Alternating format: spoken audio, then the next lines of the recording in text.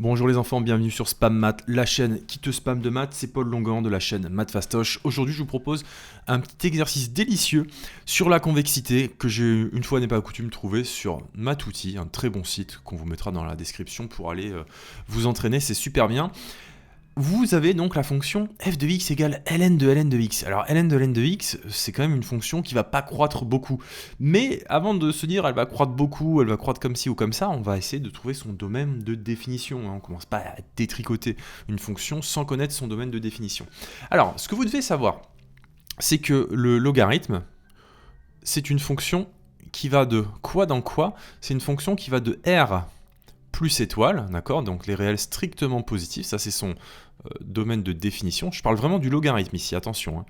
Et ça va renvoyer, tous les nombres réels. Voilà, il y a x associé à ln de x, mais bon, ça je pense que c'était convenu, hein, puisqu'on parle de la fonction ln de x. Donc la question, ici, dans ce cas-là, c'est de se dire, bon, vu que j'ai ln de ln de x, comment est-ce que je dois calibrer mon x de sorte que le ln de x qui est mangé, c'est-à-dire celui que je suis en train d'écrire actuellement, pour que ça, il me renvoie des nombres qui sont justement dans R plus étoile. Bon, des nombres qui sont strictement positifs. Alors si vous connaissez votre cours, vous savez que le logarithme népérien s'annule en x égale 1. En fait, si on trace vraiment... oula, j'ai fait une bêtise. Si on trace son graphe, on va dire le plus précisément possible avec le trackpad, oula, ça commence à avoir une forme un petit peu qui pourrait rappeler les heures les plus sombres, ça. Voilà, hop. Notre log, il est à peu près ça comme allure, d'accord? Et ici, on a quoi comme nombre? Eh ben, on a 1, tout simplement. Bon, encore une fois, le but de Spam Math, c'est de faire des exercices, on fait pas tout le cours, hein. Vous savez, il y a un morphisme entre le ln, l'exponentielle, etc. Il y a plein de choses à rajouter. Donc, le logarithme s'annule quand x vaut 1. Ça veut dire que dès lors que x est plus grand que 1, vu que la fonction logarithme est strictement croissante, bah ça, ce sera strictement positif. Par conséquent, le domaine de définition de ln de x, donc pour la question 1, que je vais appeler df, ce sera, hop, à partir de 1, mais 1 exclu. Parce que si je prends 1, je vais avoir ln de 0, qui n'existe pas. Voilà, 1 plus l'infini. Et là, on est vachement content. Voilà, il faut bien penser à ouvrir les crochets, hein, c'est vraiment capital. Donc ça, c'est la première question, j'ai encore raté. Bon, c'est une catastrophe. Alors, montrer que la fonction f est croissante. Question 2. Alors, pour montrer qu'une fonction est croissante, vous le savez, les enfants, on étudie le signe de la dérivée. Ça, c'est vraiment le genre de choses sur lesquelles j'ai vraiment insisté dans mon livre, qui est une balade, hein, je vous le dis à chaque fois, ceux qui sont maintenant les fidèles habitués de la chaîne, qui est une balade historique. C'est-à-dire que je vous explique tout le programme, toutes les formules, et même beaucoup plus de formules sympas et sexy que dans le programme officiel, mais à travers l'histoire des sciences. Par exemple, les formules d'Ipsiclès pour les suites, qui sont vraiment intéressantes. Quand on veut étudier la croissance, ou la décroissance, enfin du moins les variations d'une fonction, on étudie le signe de sa dérivée. Alors là, vous savez que ici on est sur du ln de x, donc comment est-ce que ça va se dériver cette affaire? Soit vous voyez ça comme une composition de fonctions, c'est-à-dire f rongé, et f rongé prime, c'est f prime rond g fois g'. Alors, enfin, dans tous les cas, je vous dis, vous pouvez le voir de deux manières différentes, mais en fait, ce sont les mêmes manières, c'est juste votre perception pédagogique de la chose qui va changer. Alors, f, c'est ln de x. Moi, je vais rester avec cette formule-là, vraiment très très basique. Hein. F, c'est ln de x. F', c'est quoi? C'est 1 sur x. D'accord? C'est 1 sur x. Par conséquent, f' rongé, ça va être du 1 sur ln de x. D'accord? Parce qu'au lieu de mettre x, je vais avoir ln de x, multiplié par g'. G', bah, c'est la dérivée de ln de x, du coup, fois 1 sur x. Ça me fait du 1 sur x ln de x. Voilà la dérivée. Alors, encore une fois, je n'ai pas précisé les ensembles de dérivabilité, tout ça, parce que, bon, je pense que tout le monde est au clair là-dessus. Il n'y a pas de souci. Je veux dire, le logarithme, il est dérivable sur son ensemble de définitions, qui est R plus étoile. Donc là, en fait, on va dériver sur l'ensemble de définitions de notre fonction, qui est donc de 1 plus l'infini. Et il n'y a Aucune difficulté là-dessus, j'aurais dû écrire quel que soit x appartenant à df, mais j'avais pas super envie. Tout ça c'est positif, hein, d'accord? X, vu qu'on est dans 1 plus l'infini, on est positif, et par conséquent, vu qu'on est dans 1 plus l'infini, ln de x est aussi positif, c'est ce qu'on a expliqué là-bas. Par conséquent, ce truc-là, c'est toujours positif, et donc notre fonction ln de x est strictement croissante. Voilà, comme ça. Il faudrait faire un tableau de variation plus joli. Je ne vais pas le faire parce que vous voyez que je manipule pas hyper bien le truc. Maintenant, montrer que la fonction f est concave. Bon, alors là, on va avoir besoin d'encore un petit peu de travail parce que pour étudier la concavité ou la convexité d'une fonction, qu'est-ce qu'on doit utiliser? Le signe, enfin du moins qu'est-ce qu'on doit étudier? Le signe de la dérivée seconde. Donc je vais calculer f seconde de x. Voilà, f seconde de x. Donc là, qu'est-ce qu'on a comme truc? On a un quotient, d'accord? Donc, vu qu'on est de la forme 1 sur u, je sais que ma dérivée va être de la forme moins u' sur u carré. Voilà. C'est des choses qu'il faut savoir, hein, ça évite de rentrer dans des calculs vraiment agaçants. Et donc, u', ce serait quoi? Bon, la dérivée de ça, on va le faire tempo, on va le faire en une fois. Donc, on va mettre le moins directement devant le trait de fraction. Hop, là, je vais tirer mon trait de fraction. Voilà, je suis toujours dans l'écran, donc c'est parfait. En bas, j'ai du x carré, ln carré de x, et attention, c'est pas ln de x au carré. Hein. Il ne faut pas mettre le x au carré, c'est vraiment le logarithme là qui est mis au carré. Et là-haut, qu'est-ce qu'on a? U', donc 1 fois ln de x, j'ai donc ln de x, plus la dérivée de ln de x qui vaut 1 sur x, fois x, ça fait 1, donc j'ai un plus 1.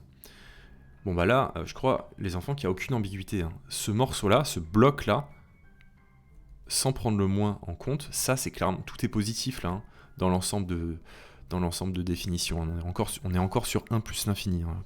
Il aurait fallu le préciser, on est encore sur 1 plus l'infini. Mais vu qu'on a le moins qui est là, bah, finalement le total, la dérivée seconde, elle est strictement négative. Et donc, qu'est-ce que ça nous impose? Que la dérivée seconde soit négative, que notre fonction f, elle est concave. Voilà, c'est le cours sur la convexité. Donc tout ça, ça a été rondement exécuté. Je vais tout supprimer. Pourquoi est-ce que je vais tout supprimer? Déjà parce que j'ai besoin de place et qu'on va se servir d'un truc assez sympa que j'ai mis en transparence pour gagner du temps. Voilà, il est ici. Moi, je suis l'expert de la transparence. Voilà, ici. Hop là. Donc ça, c'est l'inégalité des points milieux qu'on nous demande d'utiliser, qui n'est pas au programme de terminale. Mais bon, sur Spam Math, on s'adresse à des gens qui aiment les maths et donc qui, par conséquent, auraient peut-être envie de connaître l'inégalité des points milieux. Donc ça, c'est parce que notre fonction est concave, hein, les enfants. Si la fonction est convexe, le bitonio qui est là est dans l'autre sens. Moi, j'appelle ça les chevrons. Certains appellent ça autrement.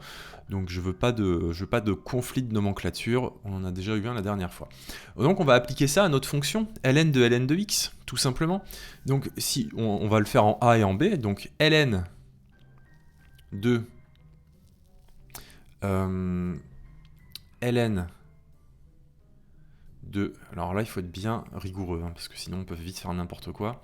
A plus b sur 2. D'accord? Parce que notre fonction, c'est la fonction f. Hein, d'accord? La fonction f, c'est ln de x. Donc là, je fais ln de a plus b sur 2. Bon, là, vous voyez que j'ai mis des x et des y, mais c'est pareil. Hein, il y a symétrie des rôles, hein, on s'en fout complètement. Qui doit être donc supérieur ou égal, enfin, c'est pas que ça doit être, c'est que c'est supérieur ou égal à f de x, donc ln de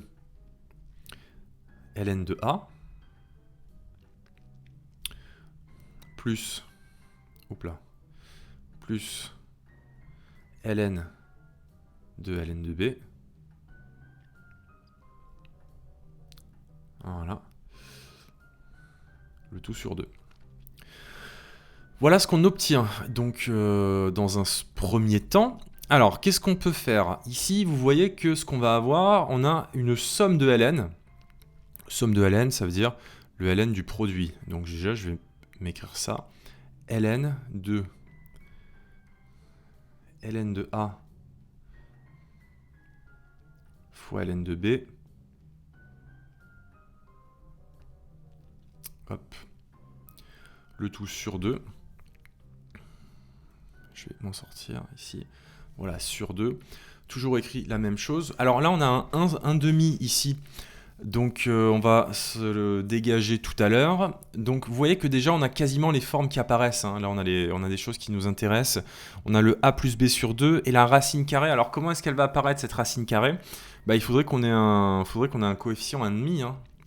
Il faudrait qu'on ait un coefficient 1,5 dans cette affaire-là.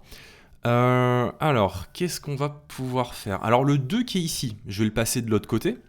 Donc je vais avoir un 2 ln 2ln 2a plus b sur 2. Alors c'est là qu'il faut commencer à éviter d'écrire n'importe quoi, parce qu'on a vite fait d'écrire n'importe quoi quand on manipule des fonctions qui sont composées. Et donc là, le sur 2 qui est ici, vous ne faites pas avoir, on va tout supprimer.